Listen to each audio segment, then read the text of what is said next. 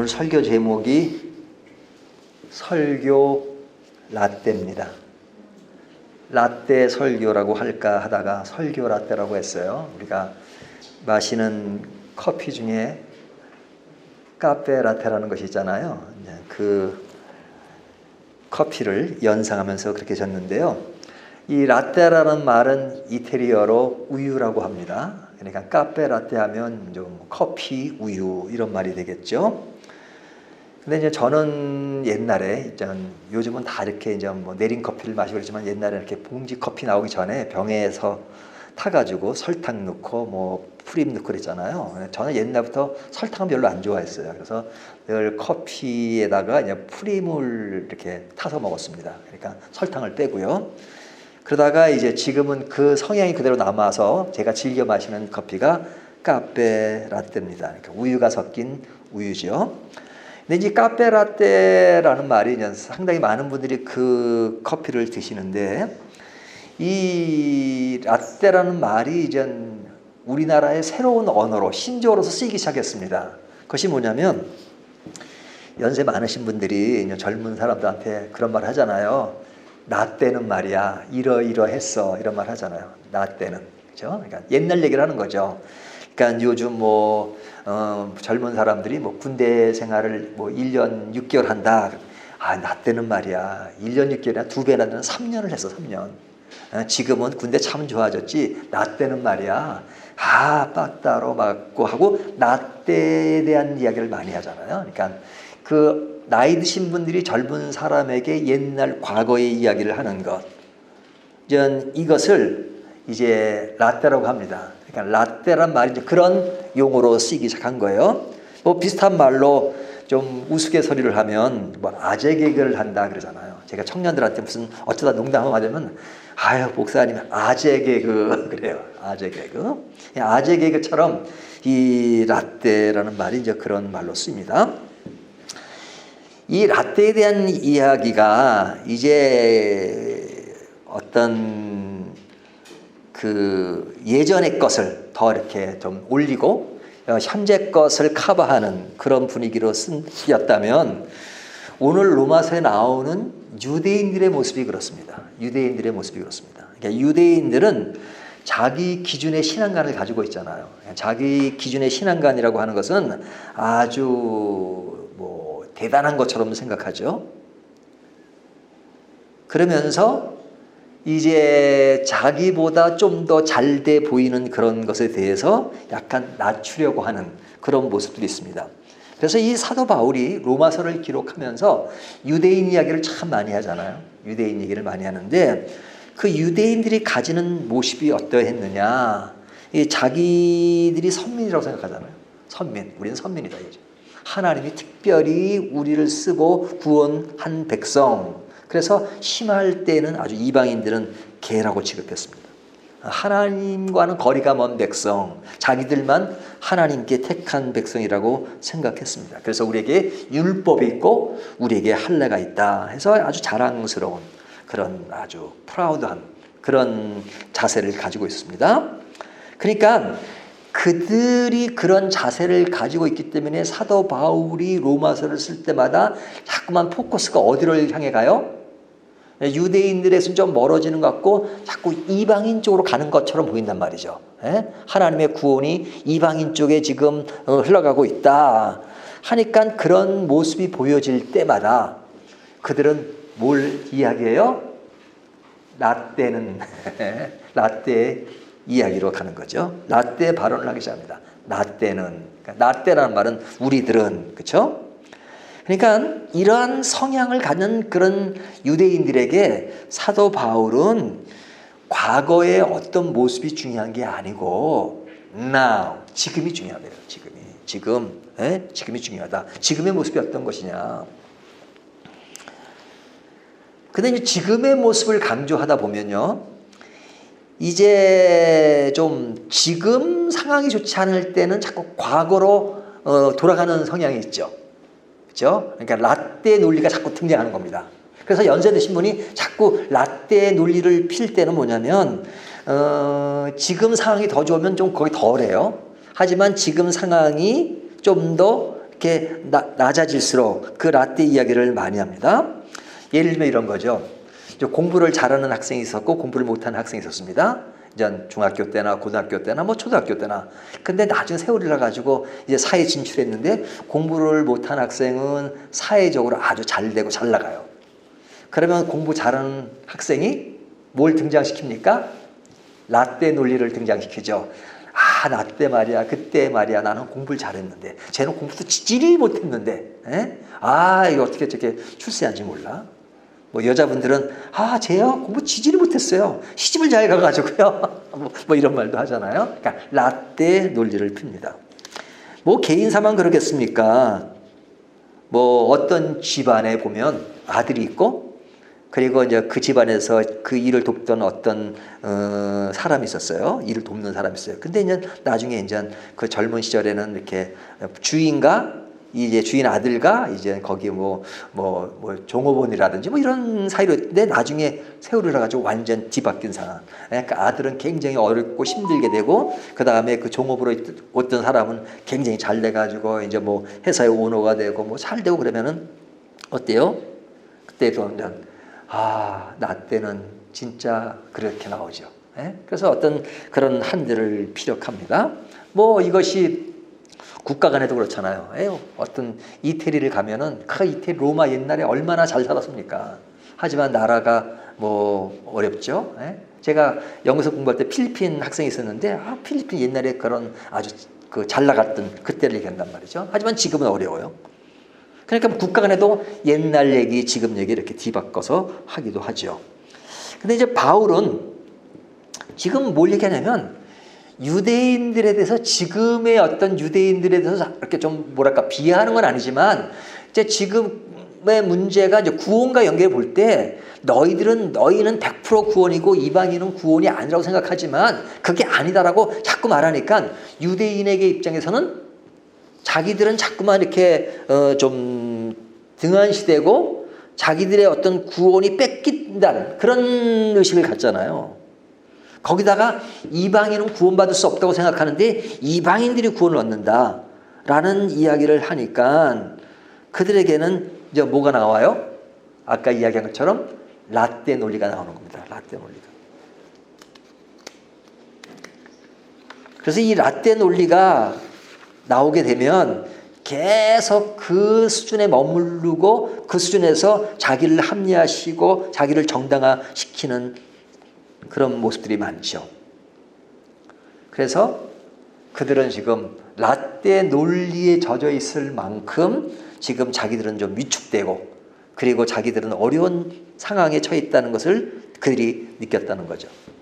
그렇죠. 그리고 로마서를 보면 그런 그 유대인들의 어떤 반응을 물론 가상으로 사도 바울이 논리를 펴서 얘기하지만 그런 모습이 보인단 말이죠. 자, 그런 논리가 계속 지금 이어지면서 지금 반대의 논리도 사도 바울이 이렇게 막 만들어가면서 지금 이야기를 하는 겁니다. 자, 그러면 이스라엘은 지금은 구원의 조건에 있는 것이 아니고 이방인으로 넘어갔다 그러면 하나님은 이스라엘을 버리신 것이냐?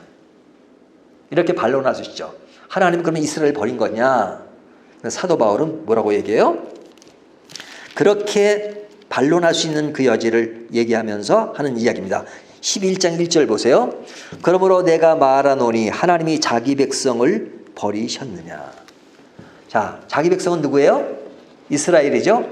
이스라엘을 버리셨느냐? 바로 나오죠. 그럴 수 없느니라. 그럴 수 없느니라. 그래서 하는 말이 나도 이스라엘인이요 아브라함의 씨에서 난 자요 베냐민 지파라. 하나님이 그 미리 아신 자기 백성을 버리지 아니하셨나니 너희가 성경이 엘리야를 가리켜 말한 것을 알지 못하느냐. 자, 그 예를 누구로 들어요? 자기 자신. 사도 바울이 어디 사람이에요? 유대인이잖아요. 베냐민 지파고 유대인이란 말이죠. 그러면 하나님이 이스라엘 나라를 버렸다 그러면 그 나라에 속한 바울도 버린 거죠. 그렇죠? 만약에 이제 가상입니다. 이스라엘을 버렸다 그러면 이스라엘 사람인 사도 바울도 버린 격이 되잖아요. 그러니까 사도 바울이 내가 유대인이다 이거죠. 내가 유전이다. 그러니까 그럴 수 없느니라. 버린 것이 아니다. 버린 것이 아니다 이거죠. 그래서 자기 예를 든 겁니다. 만약에 버렸다면 나도 구원을 얻지 못하는 것이 아니냐 이렇게 말하는 거죠. 그래서 또 하나의 예를 듭니다. 그 또 하나 예를 드는 것이 2절 하반절부터 나오는 얘기입니다. 엘리야를 가리켜 말한 것을 알지 못하느냐. 그가 이스라엘을 하나님께 고발하되 주여 그들이 주의 선지자들을 죽였으며 주의 제자들을 헐어버렸고 나만 남았는데 내 목숨도 찾나이다 하니 그에게 하신 대답이 무엇이냐. 내가 나를 위하여 바알에게 무릎을 꿇지 아니한 사람 7,000명을 남겨두었다 하셨으니. 그렇죠? 자, 엘리야가 쫓기고 있을 때 굉장히 위험한 상황에 놓여 있죠. 그러니까 다 죽고 다 죽으면 끝나는 거 아닙니까? 그래서 저는 어떤 그런 컴플레인을 해요. 근데 하나님이 뭐라고 말씀하세요? 내가 7,000명을 남겨두었다. 7,000명을 남겨두었다. 여기 남겨두었다 하는 말, 이것이 굉장히 중요한 신학적 용어입니다. 5절에 보면 그런 적 이와 같이 지금도 은혜로 택하심을 따라 남은 자가 있느니라. 택하심을 받은 자가 남아있다 이거죠. 그러니까 엘리야의 예를 통해서 자, 이런 위기가 오면 너희가 다 죽고 나면 아무것도 없을 그런 위기가 아니라 하나님이 택한 자가 있다. 그 택한 자가 어떤 남은 자라요. 남은 자. 그 남은 자를 통해서 하나님의 역사는 계속 진행되는 것이다 이거죠.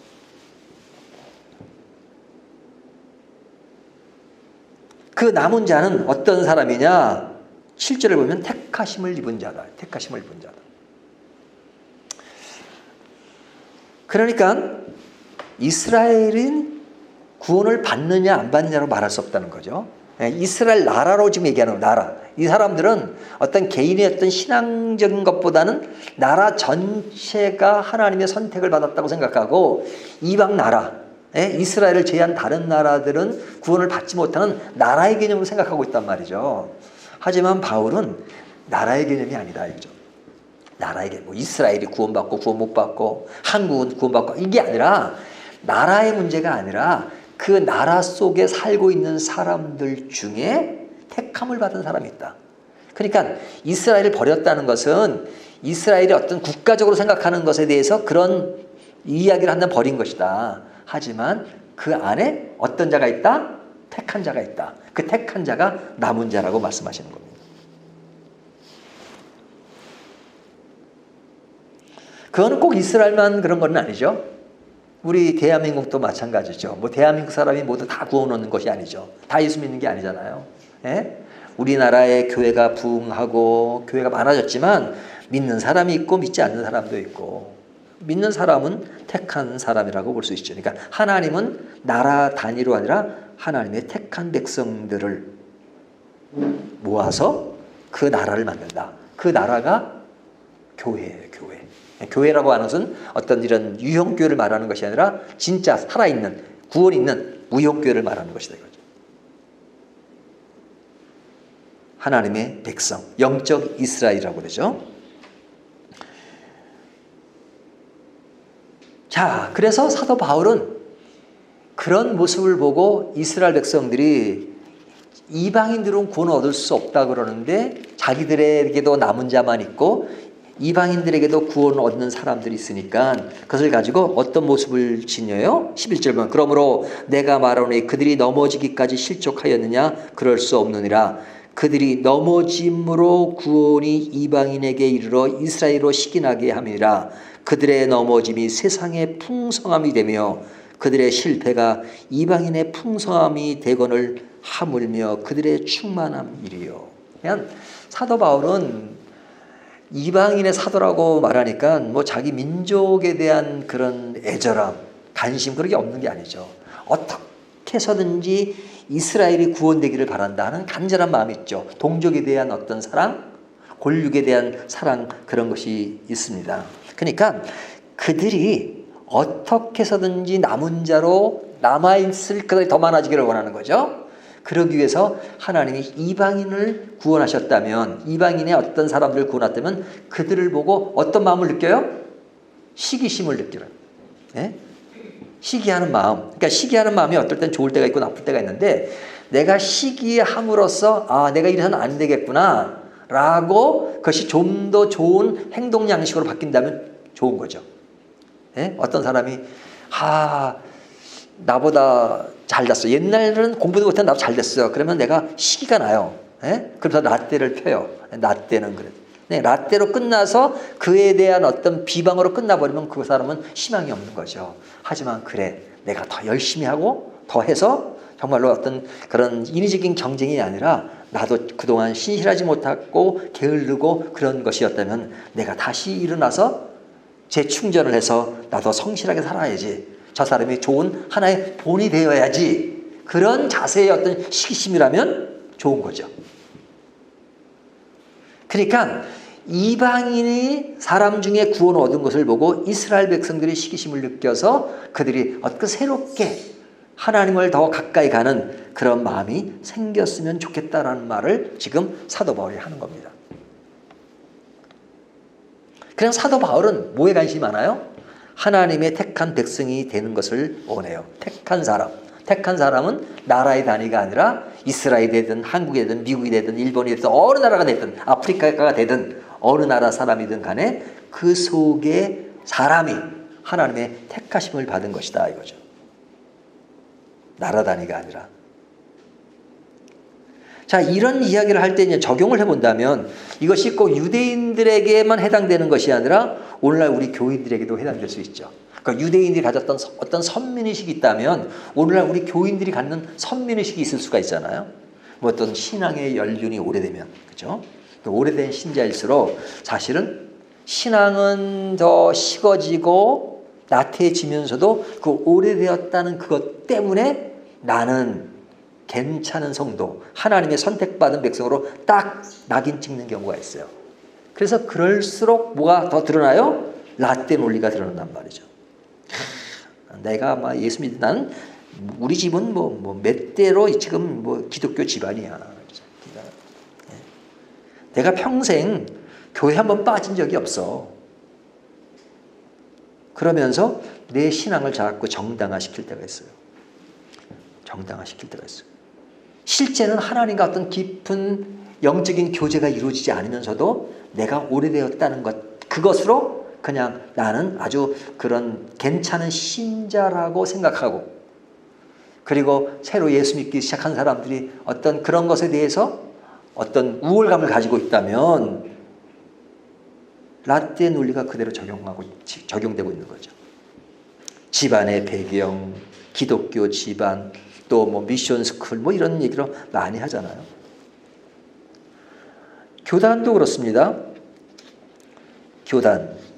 우리가 교단 얘기 참 많이 하죠. 뭐 교인들은 교단을 잘 모르는 경우도 있지만 또 목회자들과는 교단 이야기를 많이 해요. 우리는 그 장자 교단입니다. 장자 교단. 우리가 장자다. 그래서 장자를 막 싸워요. 합동치기 장냐냐 아니면 또 통합치기 장자 교단이냐 뭐 이런 싸우기도 하잖아요. 또 우리 교단은 뭐냐면 정통 교단이다. 우리가 장로교 시초다.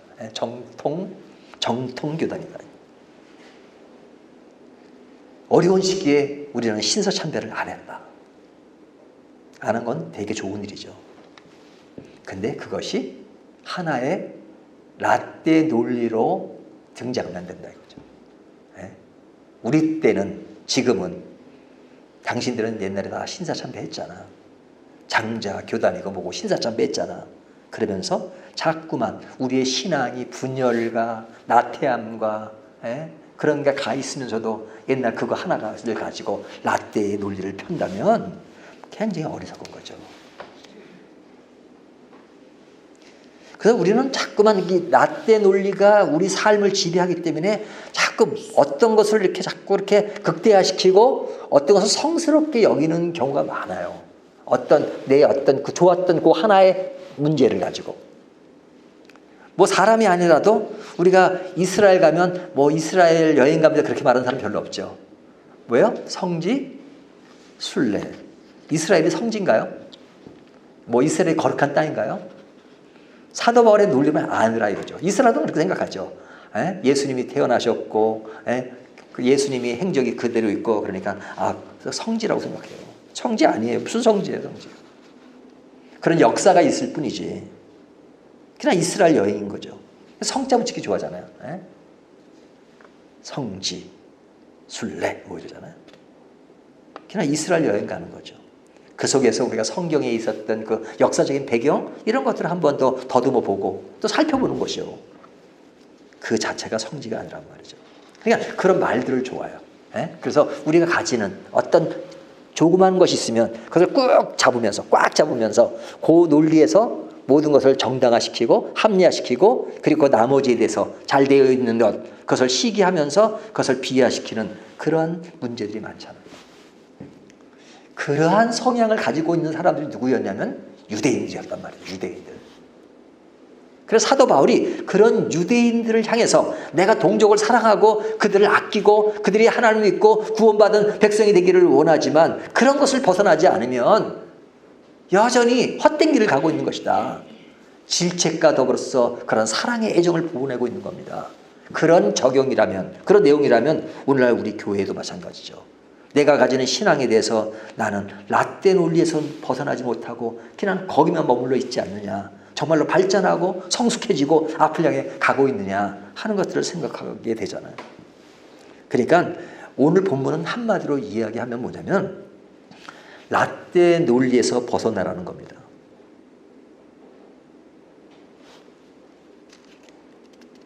그 벗어나라는 말을 이렇게 얘기하는 겁니다. 13절 내가 이방인인 너에게 말하노라 내가 이방인의 사도인 만큼 내 직분을 영광스럽게 여기노니 이는 곧 내 권력을 아무쪼록 시기하여 그들 중에서 얼마를 구원하려 함이라. 예?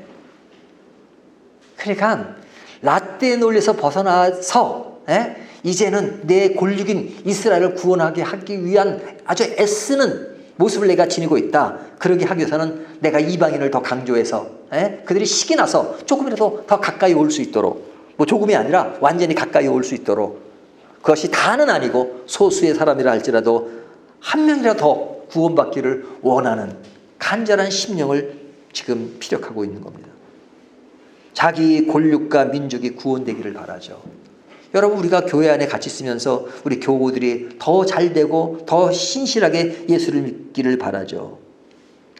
그런 자세를 갖는 것은 너무너무 중요한 것이죠. 하지만 우리가 그럴수록 내 속에 들어있는 라떼 논리가 있느냐 하는 것들을 늘 점검할 필요가 있습니다. 라떼 논리에서 벗어나야 우리가 새로운 신자들이 예수를 잘 믿고 그러면 도전을 받고 저 사람은 이제 신앙생활 시작한 지 얼마 되지도 않는데 저렇게 주님을 사랑하는구나. 나는 오래된 신자지만 정말로 저 사람처럼 주님을 사랑하고 있는가? 뭐 이런 생각들을 하면서 내 신앙을 점검해 보는 것. 이것이 굉장히 중요하죠. 사실은 로마서 11장에는 그 논리가 가득 들어있는 겁니다. 모든 사람이 다 예수를 믿고 다 구원받고 한국 나라 전체가 구원받고 이스라엘 나라 전체가 구원받아서 나라의 구원이라는 말이 되어지면 좋겠죠. 하지만 그것은 불가능한 일이죠. 그래서 하나님과 나의 개인 간의 관계가 너무너무 중요한 것입니다. 옛날에 좋았던 그런 것은 추억입니다. 옛날에 잘했던 그것은 아름다운 추억입니다.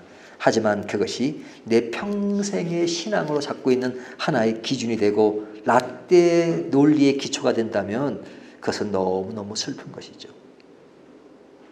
중요한 것은 설령 그런 논리가 지금 나를 지배한다고 하더라도 오늘 말씀을 통해서 내가 라떼 논리에서 벗어나서 이제는 좀 더 앞을 향해서 내가 잘 못했던 것들은 개선하고 내가 라떼 논리를 펼 만큼 시기의 논리가 나를 지배했지만 그것이 긍정적으로 바뀌어서 내가 좀 더 원만하고 하나님과 가까이 하는 그런 신앙의 자세로 바뀐다면 오늘 말씀이 주는 메시지를 우리가 잘 소화한 것이라고 말할 수 있겠죠.